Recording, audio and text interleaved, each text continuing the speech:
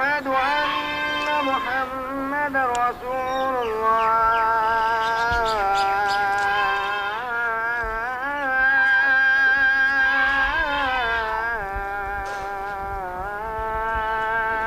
देखो वो सामने झंडी दिख रहा है ना, वो मंदिर है, और उसके बिल्कुल बगल में सामने वाली लाइन है, वो सब मुसलमान रहते हैं। वहाँ सब घंटी बजता है, इधर मस्जिद में नमाज भी होती है, सामने मुसलमान भी रहते हैं, कभी कोई प्रॉब्लम नहीं होता है।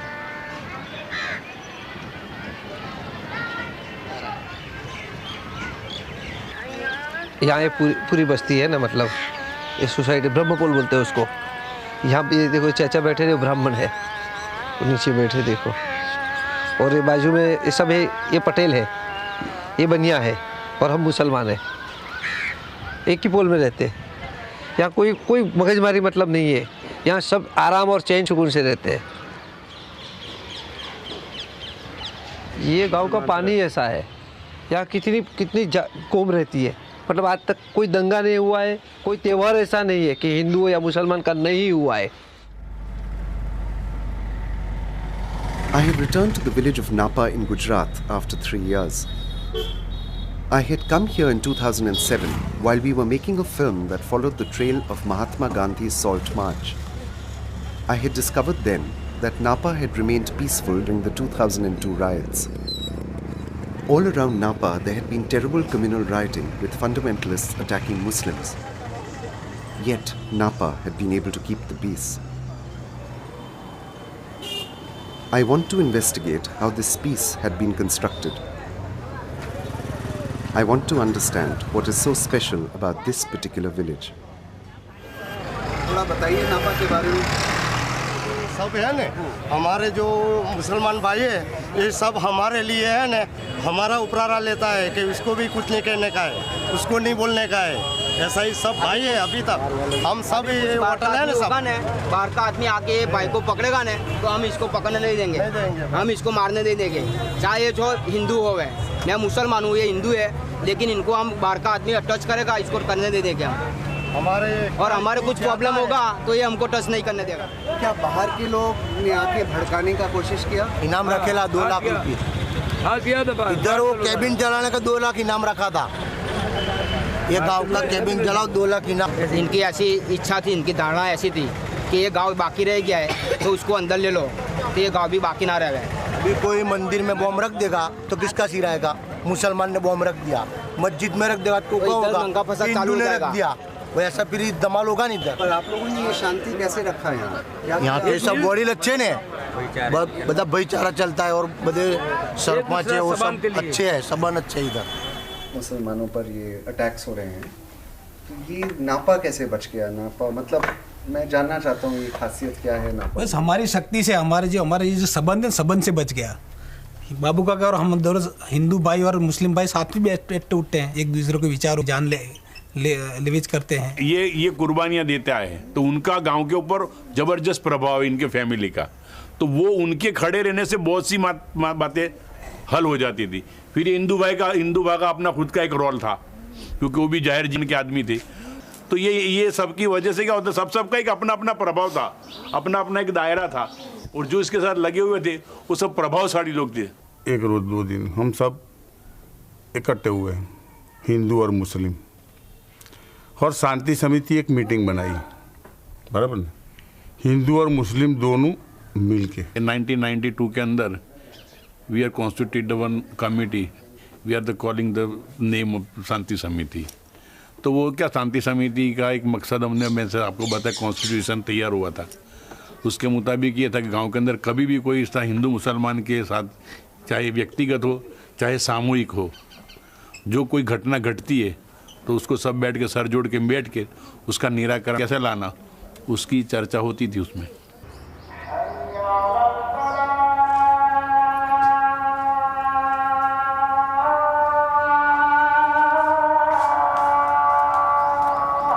इस तरह की एक मीटिंग हुई मस्जिद में, तो गांव के जो जिम्मेदार थे उन्होंने ये बोला कि भाई देखो हमारी उम्र हो चुकी है, अब वो न्यू जनरेशन तो क्या है कि वो उनका मिजाज को हम नहीं पहचान सकते।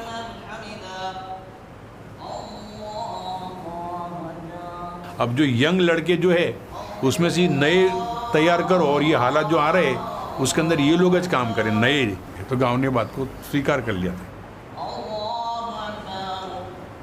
शांति समिति के अंदर 18 कौम, इसमें हिंदू मुसलमान, और हिंदू मुसलमान के अंदर भी इनकी जो अलग अलग कास्ट थी तो वो सब उसके साथ जुड़े हुए थे। तो ये 18 या 22 आदमी का जो कमेटी का जो स्ट्रक्चर था उसके अंदर उसको अगर 22 आदमी को जोड़ लेते तो पूरे गांव के अंदर कोई भी वर्ग बाकी नहीं रहता था। जो बाहर जो भी होना होने दो, अपने गांव के अंदर कुछ होना चाहिए नहीं, ऐसी एक सोच, एक हवा हमने गांव में फैला दी और हमारा ये काम करता है शुरू किया।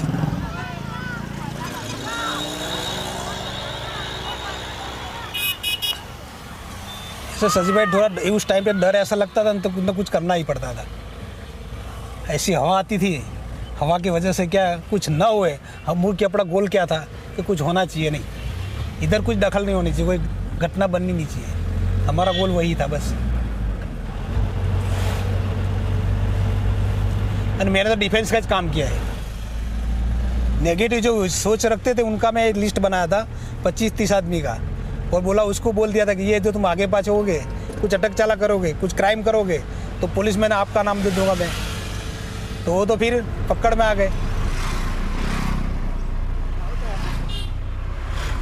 यहाँ पे लोकेशन यहाँ पब्लिक ज़्यादा तक यहाँ रही थी। मैं सामने ये मकान है ना, ये ट्रैक्टर पड़ा है ना, ये लड़के बैठे वहाँ पलंग लगाया था मैंने, वहीं पे सो रहता था। फिर और कितनी संख्या में लोग? 10 की टुकड़ी थी। तो इसमें हमने क्या किया था, 6 लड़के, 6 मुसलमान के बच्चे थे, 4 हिंदू के लड़के थे, वो भी बैठते थे यहीं पे।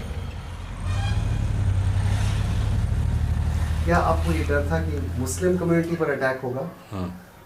या ये भी डर था कि हिंदू कम्युनिटी पर अटैक होगा? और एक ही बात थी पूरे गुजरात के अंदर कि मुसलमानों पर ही अटैक हो सकता था, हो रहा था और होने वाला था।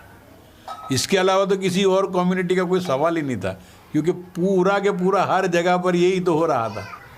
लेकिन सबसे बड़ी बात क्या थी कि हम लोग यूँ सोचते थे कि पहली बार हम लोग मेजॉरिटी में है और हिंदू बिरादरी या माइनॉरिटी के अंदर है, तो पहली बार हमारे को इनकी हिफाजत करने की जिम्मेदारी पहली बार आई थी। तो वो हमारे को अदा करने की फिक्र थी कि खुद ना करे और कोई इनके साथ कोई शरारत न कर दे, और हालात ऐसे अगर कुछ शरारत कर देगा तो उनको अपने लिए का अपना जो विश्वास है वो टूट जाएगा।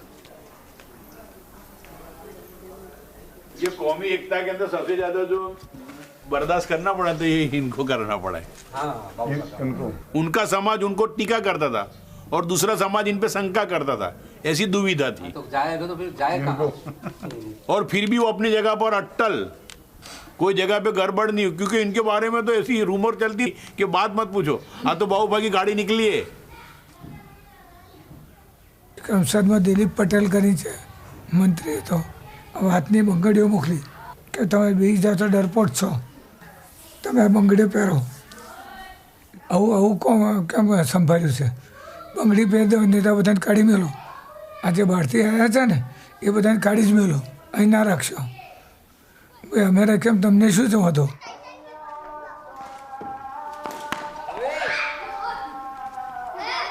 હિન્દુઓને મારે કે કોઈ મિયા ને મુસ્લિમોને મારે એટલે આંદોલન ઝઘડો થઈ જાય ને.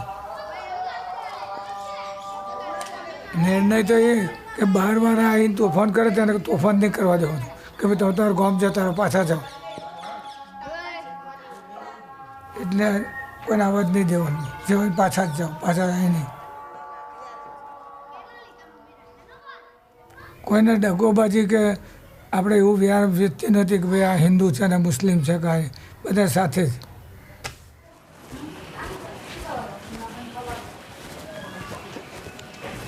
We walk with Munir Ahmed Rana around the village. ये गली में ब्राह्मण है, ये बाजू वाला ब्राह्मण है, ये सामने मुसलमान है।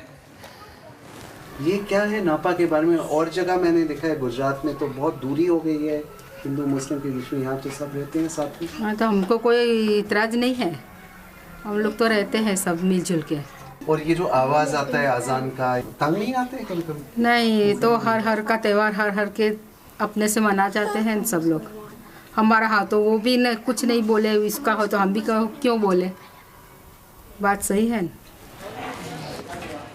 ये भैया पूरे दिन मुसलमान है, पूरे दिन ब्राह्मण के साथ रहते हैं बिजनेस में। यहाँ साथ में काम करते हैं, तंबाकू का व्यापार है ना, उसके साथ काम करते हैं। कौन मतलब आप उनके लिए काम करते हैं या आप लोग साथ साथ काम करते हैं? नहीं, उनके लिए करते हैं। यहाँ कोई भेदभाव नहीं है पूरे गांव में। ये गांव ही ऐसा है कि कोई भेदभाव नहीं है इस गांव में।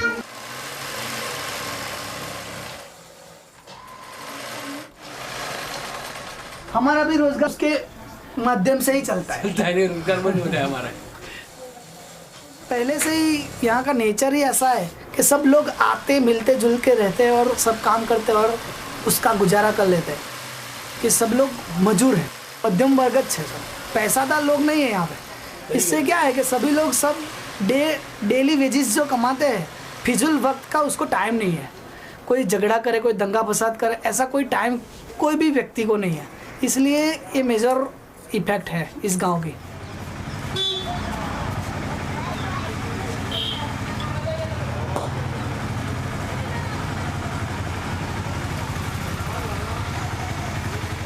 Unlike other parts of Gujarat where Muslims are ostracized, the Hindus and Muslims of Napa live together and they depend on each other for their livelihood. Keeping the peace made sound financial sense, as communal rioting would have harmed both communities.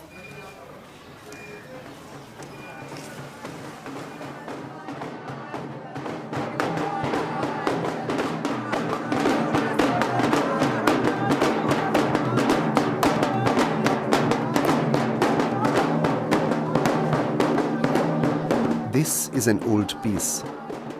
Hindus and Muslims have lived together like this for generations. How is this possible, I ask.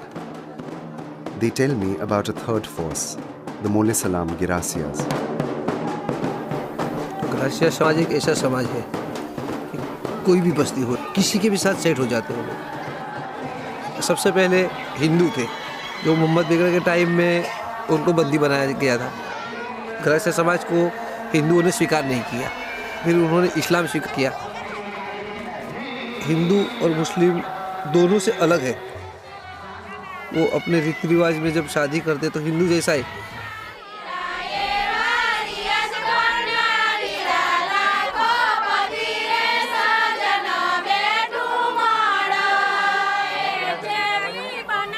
हमारे में हल्दी लगती है, हाथ में जो धागा बांधते हैं, मिंटन बोलते हैं, वो लगाते हैं। लेडीज साड़ी पहनती है, गुजराती लिबास है उनका।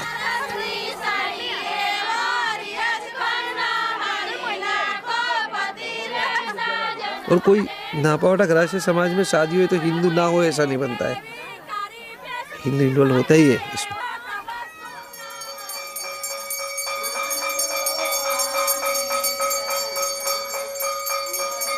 ये मंदिर है ना हवेली, पाछड़ मोनेशन गरासिया की बस्ती, एक पत्थर भी हमारे मंदिर पे नहीं गिरा है।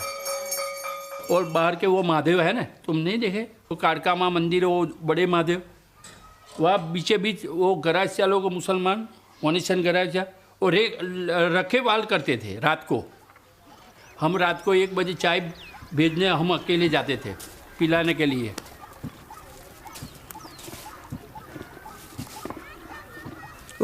मतलब है कि गांव में साथ साथ में रहते, एक दूसरे को पहचानते, एक दूसरे के साथ शादी ब्याह में जाते हैं। मतलब तो वो कैसे कुछ हो सकता है? वो तो अपने फर्ज में आता है ना कि वो अपना भाई है।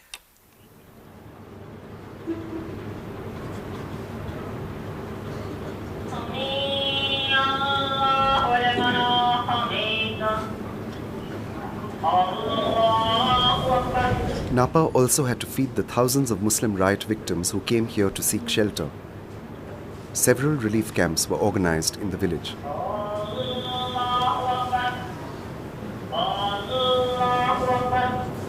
उसमें हुआ एक्चुअली क्या, पहली बार जैसे अटैक हुआ सब यहाँ आ गए कैंप में। अब उस टाइम पर कैंप जैसे कोई हालात नहीं थे, एकदम बड़ा झमेला।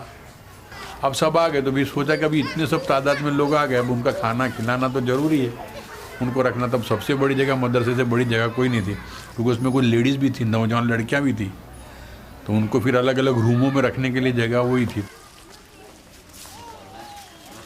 ये सबको अलग अलग रूम में जैसे जैसे ज़रूरत पड़ी तो सबको अलग अलग रूम, मर्दों को अलग कर दिया, बच्चों को अलग कर दिया, सबको अलग अलग रूम में रख दिया।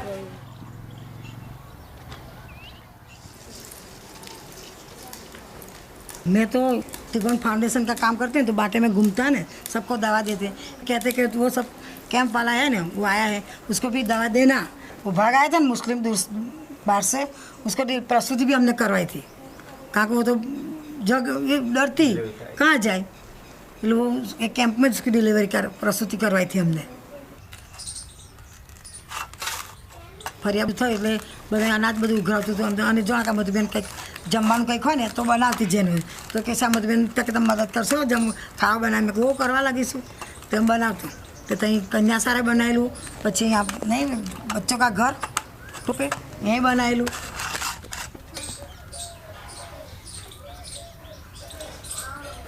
બધા તો પરિસ્થિતિ બધા કોઈ સારી પરિસ્થિતિ ના હતા ગભરાઈ જાય એ લોકો રાતમાં ઘણો બી જાય એટલે પાછા બીવે ખરા કે ભાઈ કદાચ આ લોકો દગો નહીં કરે ને આપણને રાખ્યા છે પણ પછી આ બધા ભેગા થઈને તરપતના બધા ભેગા થઈને કહ્યું ભાઈ બધું મુસ્લિમ અને હિન્દુ અહીં કોઈ દગો થશે નહીં, તમે તો શાંતિથી રહેજો, ખાઓ પીજો।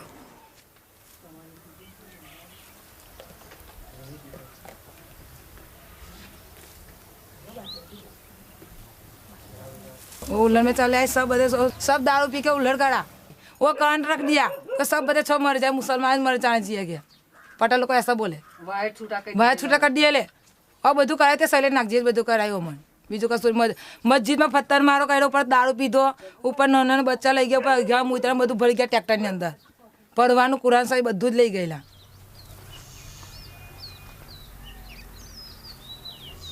तेरे राशन कार्ड भी नहीं है। उलर में बधा मूठ फाड़ के ले लिया, हमें चले इधर गाँव लोग बधा मदद करिए मैंने तो हमारे पर अपने कपड़े दिए, वो पाथर गोदरिया दिया, सब बता दिया हमको, बासन बासन सब भाव नहीं लेता कि गरीब पास बिहार नहीं चीता मजूरी कर खाओ के એટલે सब हम मजूरी कर खाई। अभी मजूरी जई मरचा गई तो भी आना 25 रुपया लेना आयो, छोकरा खा से बेचारा।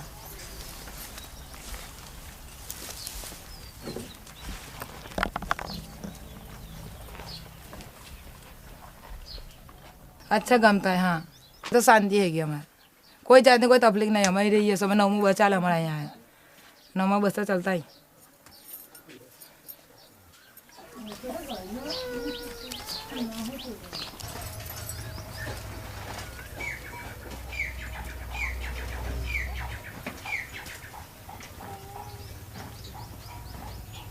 तो बहुत रुक गए, मकान बना दिया, सब रेशन कार्ड भी बनवा दिया, बीपीएल नंबर है मालिक ज्ञान सरकार में पे ही गया सरकार नु खा पे ही गया। अतारे लोग आगे आया और जो मदद करे पाछळ थी गया। ये तो आगे आया ने बीपीएल नंबर બધું મળ્યું, આપણા જાન કશું નહીં અમને ઘરે નહીં મળ્યું, આ માધ્યમ પડી રહે।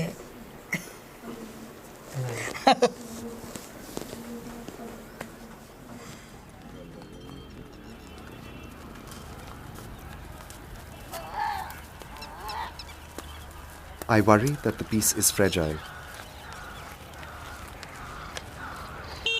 I cannot find any evidence that Muslim riot victims have received special favors. But Madhuben's feelings about being marginalized are very real.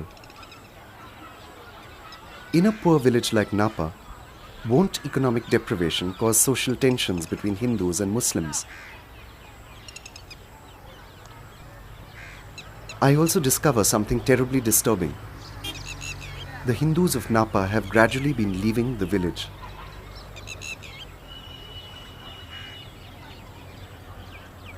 If relations between the Hindus and Muslims of Napa are so harmonious, if there was peace during the 2002 riots, why should Hindus want to leave Napa? जो मुस्लिम प्रजा વધારે થઈ ગઈ, હવે એના જે હિન્દુ ખરા ને એમાં છોકરા પરણવાનું જ ના મળે। કેટલાય છોકરા કુંવારા છે, હવે અહીંથી આણંદ રહેવા જાય તો 2 વર્ષમાં તે પરણી જાય અને મોટા મેળ અહીં કેટલા 25 વીઘા જમીન બતાવે, મકાન બતાવે તોય પરણવાનું નહીં મળતું કે ભાઈ મુસ્લિમ છે। મુસ્લિમ થઈ જાય. કાલ આપણી છોકરી મુસ્લિમ.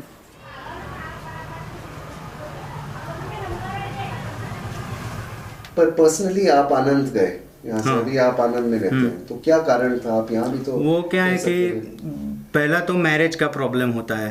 यहाँ क्या है कि हमारी जो ज्ञाति में है वो सब लड़कियाँ ऐसा चाहती है कि आप कहाँ रहते हो. पहला बायोडेटा में ऐसा नहीं देखते कि वो क्या कर रहे हैं, पहला वो देखते हैं कि वो कहाँ रहते हैं.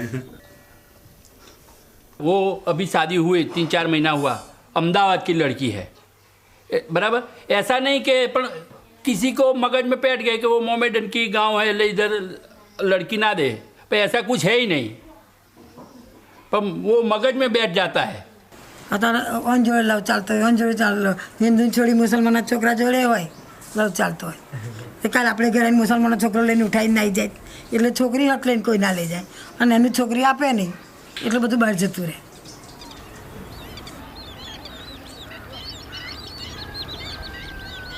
Why is the peace so fragile? I worry that social prejudice from Greater Gujarat will affect relations between the Hindus and Muslims of Napa. If Hindus were to leave the village, won't Napa become yet another Muslim ghetto? What will happen to the next generation of Napa residents? I asked the village elders if they feel the peace will endure. तो बापू काका आपसे पूछूंगा, ये जो अगली पीढ़ी है आएगी, ના ના બધાય રહેવાના. એ તો કોઈ બહુ પૈસાવાળો હોય ને નહીં આજુબાજુમાં બંગલા મળતા હોય તો જાય, બાકી બધા નહીં રહેવાના. આના જેવું ગામ કઈ છે? આ પરભોગી ગામ છે. જો રાતના પર આ છોકરીને તમે મોકલો છો કશું થાય કહેજો, હું તો એને જો જવું હોય તો મૂક્યા હોય. जो लोग कम्युनल कन्वर्ट माइंड करने वाले जो एक ग्रुप काम करता है, जो बच्चों का माइंड कन्वर्ट करता है, वो जनरली यंग ब्लड का करता है. अभी ये बच्चे लोग हैं शहरों के अंदर जाते पढ़ने के लिए जाते, अब उनके दिमागों में किस तरह की वो लोग बातें भर देते हैं. इससे कुछ बच्चे इस तरह से थोड़े हो सकते हैं, लेकिन उसके परसेंटेज बिल्कुल कम, ओनली 5%. ये छोटा लड़का बैठा है, बड़ा तो होएगा ना. आपकी कैसेट भेजो, हम सबको दिखा दे तो कुछ भी नहीं होएगा जिंदगी भर. पर आप जो कैसेट बनाते हो उसको भेज दो, बच्चे को हम दिखा देंगे और देख लेंगे, कुछ नहीं होएगा. ठीक है. जो हमने मेहनत की थी वो 90% थी, मगर 10% जो आपने हमको पुशअप किया है उसके लिए और भी मजबूत हो गया. हमारी कैसेट बहुत मजबूत है, काम हो जाएगा. ये कैसेट से हमको पूरा माहौल ही हो जाएगा फर्स्ट क्लास. कभी भी ये तंगा नहीं होएगा. बाकी कभी नहीं हो सकेगा. मैं समझता हूँ कि आपके बाद भी कभी आपका बच्चा भी शूटिंग के लिए आएगा ने क्या, तो भी शायद इसको भी ऐसा ही माहौल मिलेगा इंशाल्लाह.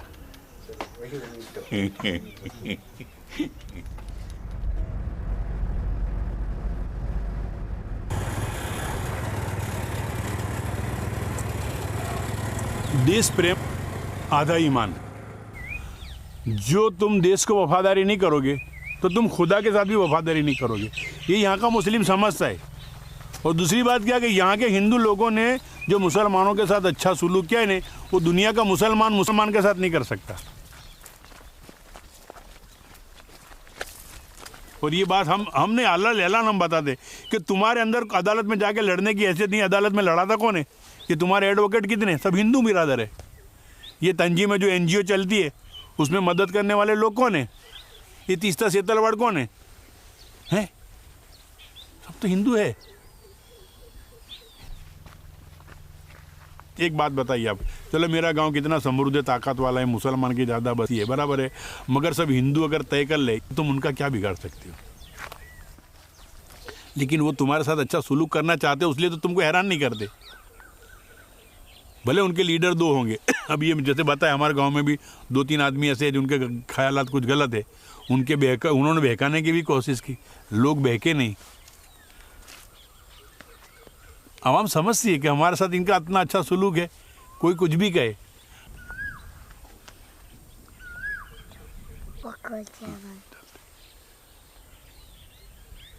ये लोग थोड़े है वो क्या मौसमी कीड़े हैं. ये मौसम आती है तो वजूद में आते हैं और मौसम चले जाती है तो उनका अस्तित्व ख़त्म हो जाता है. कभी नहीं होगा मुल्क में, कुछ नहीं होगा.